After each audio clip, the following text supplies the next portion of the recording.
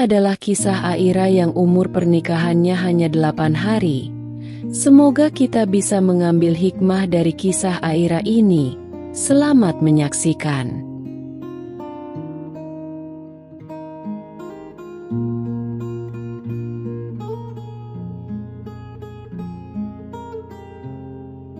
Kadang, kita memulai sesuatu dengan doa yang tulus, dengan harapan yang melambung tinggi.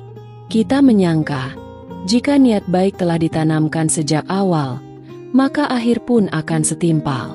Tapi hidup tidak selalu berjalan seperti doa. Inilah kisah Aira, seorang wanita sederhana yang memimpikan kehidupan yang tenang, cinta yang tulus, dan pernikahan yang membawanya lebih dekat pada Tuhan.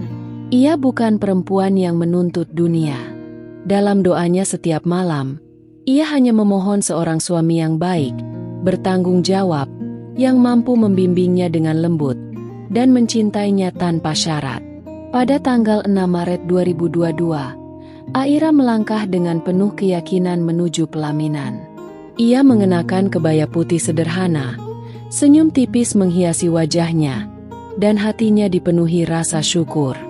Suaminya adalah seorang pria terpelajar, bergelar doktor, dosen di salah satu universitas ternama.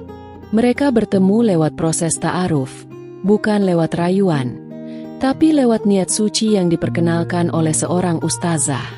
Aira terpesona pada kesopanan laki-laki itu. Sifatnya tenang, pembawaannya dewasa, dan kata-katanya penuh perhitungan. Ia tidak banyak bicara, tapi tutur katanya terasa bijak. Saat ia datang melamar bersama keluarganya, Aira merasa begitu dihargai. Ia merasa aman. Pernikahan itu dilangsungkan dengan sederhana, tanpa pesta mewah, tanpa keramaian yang berlebihan. Tapi justru dalam kesederhanaan itu, Aira menemukan ketulusan. Ia yakin, inilah awal dari kehidupan baru yang ia impikan. Sebuah perjalanan panjang bersama seseorang yang akan ia sebut sebagai imam, sahabat, dan tempat berpulang. Hari-hari awal pernikahan diisi dengan semangat. Aira bangun lebih pagi, menyiapkan sarapan, membersihkan rumah, bahkan memijat kaki suaminya hingga larut malam. Ia kelelahan, tapi bahagia. Baginya, ini adalah bagian dari pengabdian. Sebab ia diajarkan bahwa surga seorang istri terletak pada keridhaan suami. Namun, di balik semangat itu, Aira mulai melihat bayangan gelap yang tak pernah ia duga. Suaminya, yang dulu tampak tenang, ternyata sangat keras kepala.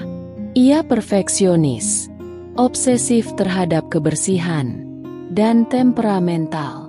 Sedikit saja hal tidak sesuai dengan kehendaknya, kemarahan meledak.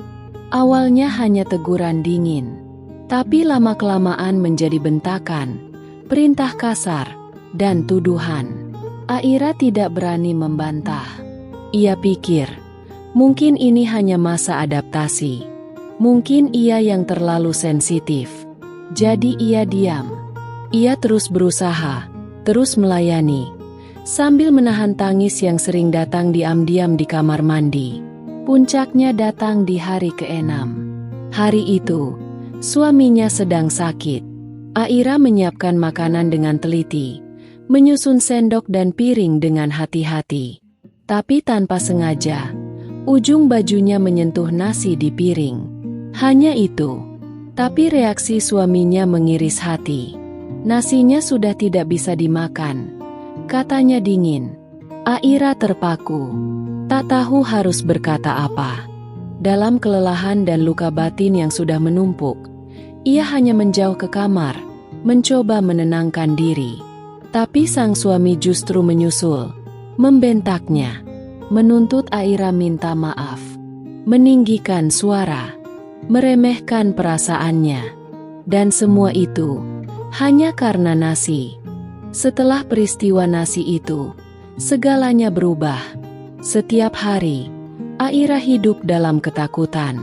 Suaminya bisa marah karena hal sepele, cara mencuci beras, posisi panci, Atau air cucian yang tidak langsung dibuang. Pernah, ia memaksa Aira membuang 1 liter beras hanya karena panci tidak dikeringkan sebelum digunakan. Padahal beras itu adalah satu-satunya yang tersisa hari itu. Aira mulai menangis diam-diam di dalam kamar mandi. Ia menyembunyikan tangis di balik suara keran. Tapi air mata itu tak pernah berhenti mengalir. Ia mulai bertanya dalam hati, inikah rumah tangga yang aku impikan? Inikah pernikahan yang katanya penuh rahmat dan cinta? Hari ke-8. Pagi itu langit mendung, seperti hatinya. Tubuhnya lelah, pikirannya kacau, emosinya berantakan karena siklus PMS. Ia tak lagi kuat menahan. Dan dalam lirih suara yang hampir tak terdengar, ia berkata, "Capek, Bang. Dimarahin terus sejak aku serumah sama Abang." Ia tidak menangis, tidak membentak, hanya suara pelan, seperti gumaman orang yang patah. Lalu, dengan perlahan, ia melepaskan cincin kawin dari jari manisnya. Ia letakkan di atas meja. Bersama gelang mahar yang dulu diberikan dengan janji, ia lepaskan semua harapan. Dan dalam satu kalimat yang tajam dan dingin, sang suami menjawab, "Kamu keluar dari rumahku sekarang. Aku ceraikan kamu." Tanpa proses, tanpa dialog, tanpa ruang untuk memperbaiki, Aira terdiam. Dunia runtuh tanpa suara.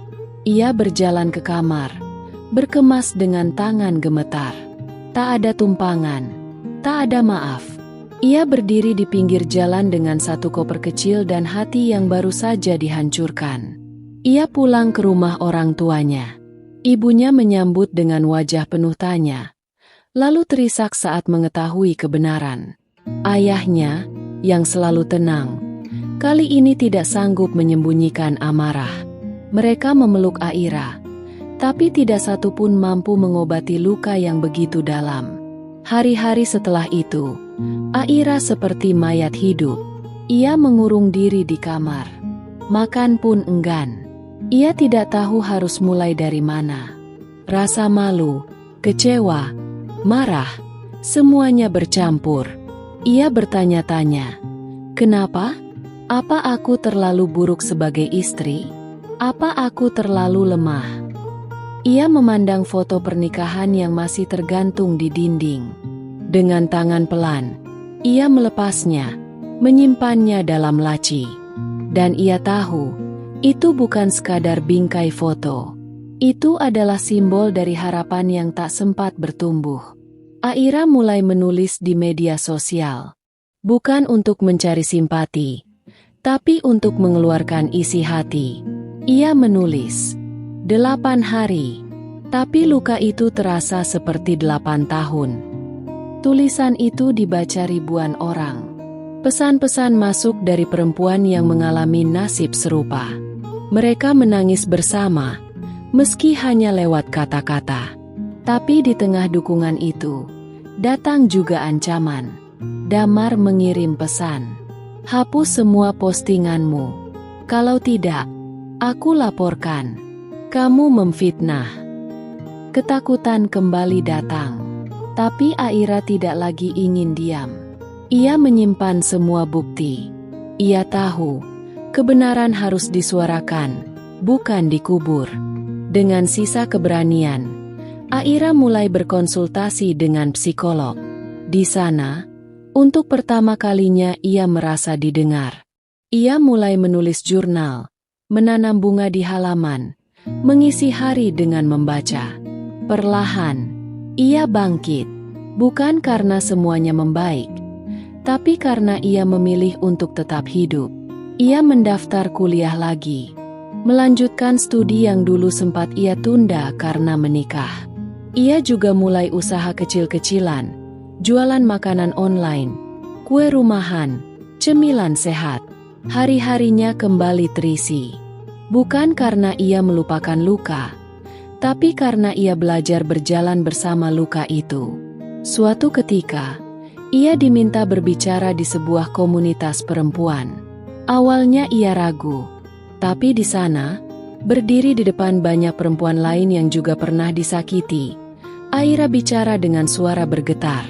Saya pernah merasa gagal, merasa tidak berguna, merasa hancur.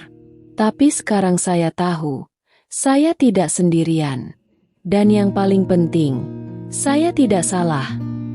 Tepuk tangan bergemuruh. Untuk pertama kalinya, ia menangis bukan karena kesakitan, tapi karena merasa dimengerti. Beberapa bulan kemudian, Damar mengirim pesan panjang, meminta maaf, mengaku hilaf, menawarkan rujuk, menjanjikan perubahan. Aira membaca pesan itu perlahan. Lalu ia menghapusnya. Ia tidak membalas. Bukan karena marah, tapi karena ia sudah sembuh. Aira kini menjalani hidup yang baru. Bukan hidup yang sempurna, tapi hidup yang ia pilih sendiri, tanpa dipaksa, tanpa dikendalikan, tanpa dihakimi. Setiap luka memang tidak mudah hilang, tapi Aira membuktikan bahwa dari luka, seseorang bisa tumbuh lebih kuat. 8 hari, mungkin terdengar singkat, tapi bagi Aira, 8 hari itu mengajarkan arti keberanian. Bahwa mencintai diri sendiri, kadang lebih penting daripada mempertahankan sesuatu yang menghancurkan.